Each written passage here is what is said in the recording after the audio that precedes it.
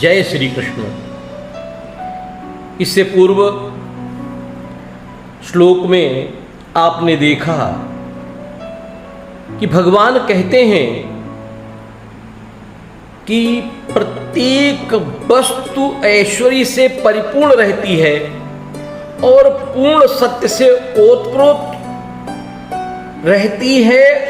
भगवान को किसी प्रकार के कर्तव्य करने की आवश्यकता नहीं रहती, क्योंकि परमेश्वर समस्त नियंताओं के नियंता है। क्या कहा? यद्यद आचरत श्रेष्ठ तद्दद देवतरो जना। और दूसरी बात कह दी, न मे पार्थास्ति कर्तव्यम त्रिशलोकेषु किंचन। हे पार्थ, तीनों लोकों में मेरे लिए कोई भी कर्म नियत नहीं है। आगे इसी चीज का निरूपण करते हुए भगवान पुनः अर्जुन से कहते हैं, क्या?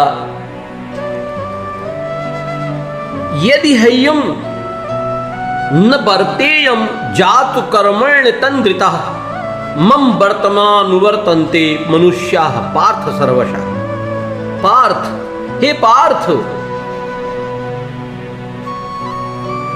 यद्यपि देखिए कर्म का महत्व बतलाते हुए यहां कहा गया है, जैसे पूर्व श्लोक में कहा था, न मे पार्थास्ति कर्तव्यम। हे पार्थ, त्रिशलोकेषु, तीनों लोकों में मेरे लिए कोई कार्य नहीं है। लेकिन फिर भी मैं नियत कर्म करने में तत्पर रहता हूं। कहा? अवाप्तव्यम बरते एव च कर्मणि। क्योंकि यदि हेयम न बरतेयम जातु कर्मण्य तंद्रितः। क्योंकि हे पार्थ, यदि कदाचित मैं सावधान होकर कर्मों में न बरतूं तो बड़ी हानि हो जाए। यदि ही अयम बरतेयम कर्मणि, नियत कर्मों के संपादन में। क्योंकि हे अर्जुन, हे पार्थ, यदि मैं नियत कर्मों को सावधानी पूर्वक ना करूं तो निश्चित रूप से सारे मनुष्य मेरे ही पथ का अनुगमन करेंगे और कोई भी व्यक्ति नियत कर्मों को सावधानी पूर्वक नहीं करेगा। क्या अर्थ है? क्या तात्पर्य है?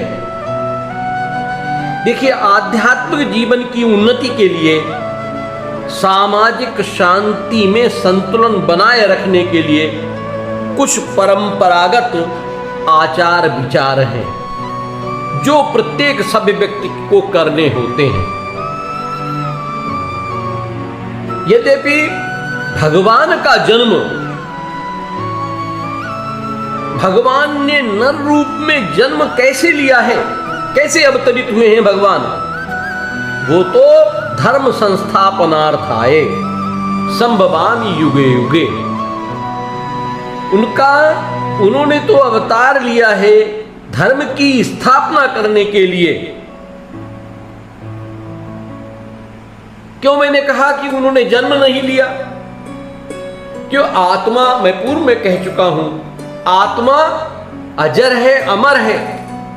और भगवान कृष्ण क्या है?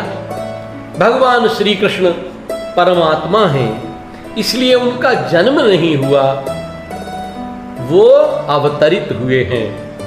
रामावतार में गोस्वामी जी ने संकेत दिया, भय प्रगट कृपाला दीन दयाला कौशल्या हितकारी।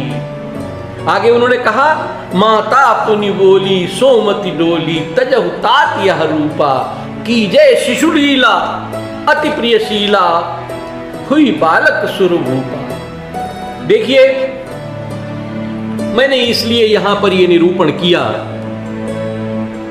कि भगवान ने बताया कि धर्म संस्थापनार्थामि, संभवामि युगे युगे, वो धर्म की स्थापना के लिए अवतरित हुए हैं। इसलिए भगवान कृष्ण उन विधि विधानों और बद्ध जीवों के लिए जो उचित विधान है उनको करने के लिए भगवान कृष्ण बाध्य नहीं है। क्योंकि यदि वो कहते फिर भी क्योंकि नर रूप में मैंने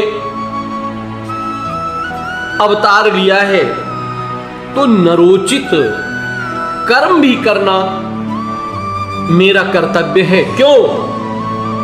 क्योंकि यदि मैं उन कर्मों को सावधानी पूर्वक नहीं करूंगा तो फिर लोग हमारे असावधानी पूर्वक किए हुए कर्मों का अनुसरण करके और निरंतर पथभ्रष्ट होंगे।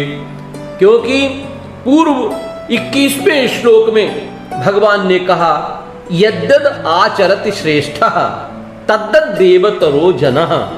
क्योंकि श्रेष्ठ पुरुष महापुरुष जो भी आचरण करते हैं या उसी प्रकार से सामान्य व्यक्ति उसी का अनुसरण करते हैं। तो यहां पर किसी भी महापुरुष के लिए बहुत ही सावधानी पूर्वक कर्म करने का उपदेश भी संदेश भी दिया है भगवान ने। आगे कहते हैं, देखिए संपूर्ण जगत का कर्ता हरता और संचालक कौन है? भगवान है। तो कह रहे हैं कि फिर भी मैं यदि सावधानी करने लगूं तो सृष्टि चक्र में बड़ी भारी गड़बड़ी मच जाएगी। तो इसलिए मुझे भी बहुत ही सावधानी के साथ कर्म करना पड़ता है।